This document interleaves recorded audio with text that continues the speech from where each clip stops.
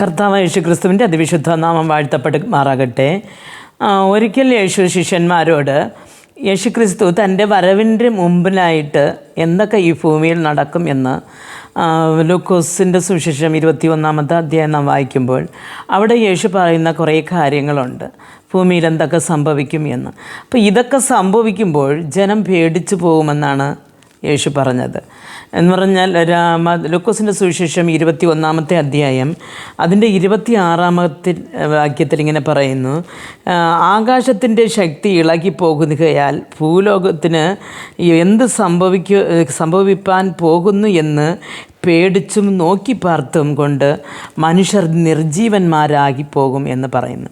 പ്രിയ ദൈവമക്കൾ, ആകാശത്തിൻ്റെ ശക്തികൾ ഇളകുന്നു എന്ന് പറയുമ്പോൾ കൊടുങ്കാറ്റുകൾ, മിന്നലുകൾ, പേമാരികൾ, ഇങ്ങനെ സൂര്യൻ്റെ നിറം മാറുക, ചന്ദ്രൻ ഇരുളടയുക, ഇങ്ങനെ പല സംഭവങ്ങളും ആകാശത്തിൽ കാണുമ്പോൾ ജനം പേടിച്ച് നിർജീവരായി പോകുമെന്നാണ്.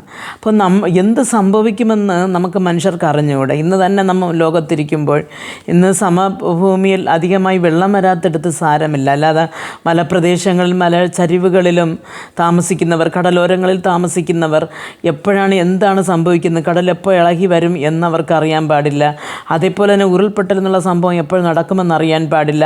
ഇങ്ങനെ ഓരോ സംഭവങ്ങൾ ലോകത്ത് നടന്നുകൊണ്ടിരിക്കുമ്പോൾ ജനം എന്ത് നടക്കും, നാം ഇരിക്കുന്നിടത്ത് നമുക്കടുത്ത് എന്ത് സംഭവിക്കുമെന്ന് നിർജീവന്മാരായി ജീവിക്കുന്നവർ ഇന്നുമുണ്ട്. പ്രിയ ദൈവ പൈതലേ, അപ്പോൾ ഇന്ന് ലോകത്ത് നടക്കുന്ന ഓരോ സംഭവങ്ങൾ ആ 21-ാമത്തെ അധ്യായം നാം വായിക്കുമ്പോൾ മനസ്സിലാവും.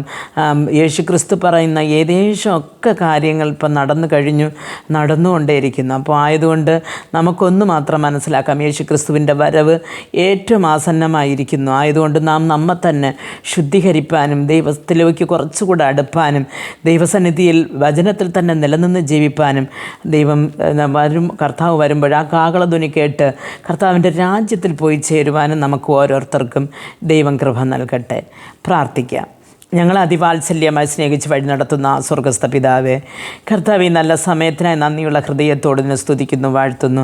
ഭൂമിയിൽ നടക്കുന്ന ഓരോ സംഭവങ്ങളും അങ്ങയുടെ വരവ് വിളിച്ചറിയിച്ചുകൊണ്ടിരിക്കുമ്പോൾ ഞങ്ങൾ ഇരിക്കുന്നത് പോലെ ഞങ്ങൾക്കെന്ത് എന്ന് വിചാരിച്ചിരിക്കുന്നതല്ല, ഞങ്ങൾ വചനത്തിനനുസരിച്ച് ഞങ്ങൾ ഒരുക്കുവാനും ഞങ്ങളുടെ ജീവിതങ്ങളെ ക്രമീകരിപ്പാനും ഞങ്ങൾ അനേകരെ കർത്താവിൻ്റെ സന്നിധിയിലേക്ക് കൊണ്ടുവരുവാനും ഞങ്ങൾക്ക് ഓരോരുത്തർക്കും കൃപ നൽകണമേ എന്ന് പ്രാർത്ഥിക്കുന്നു.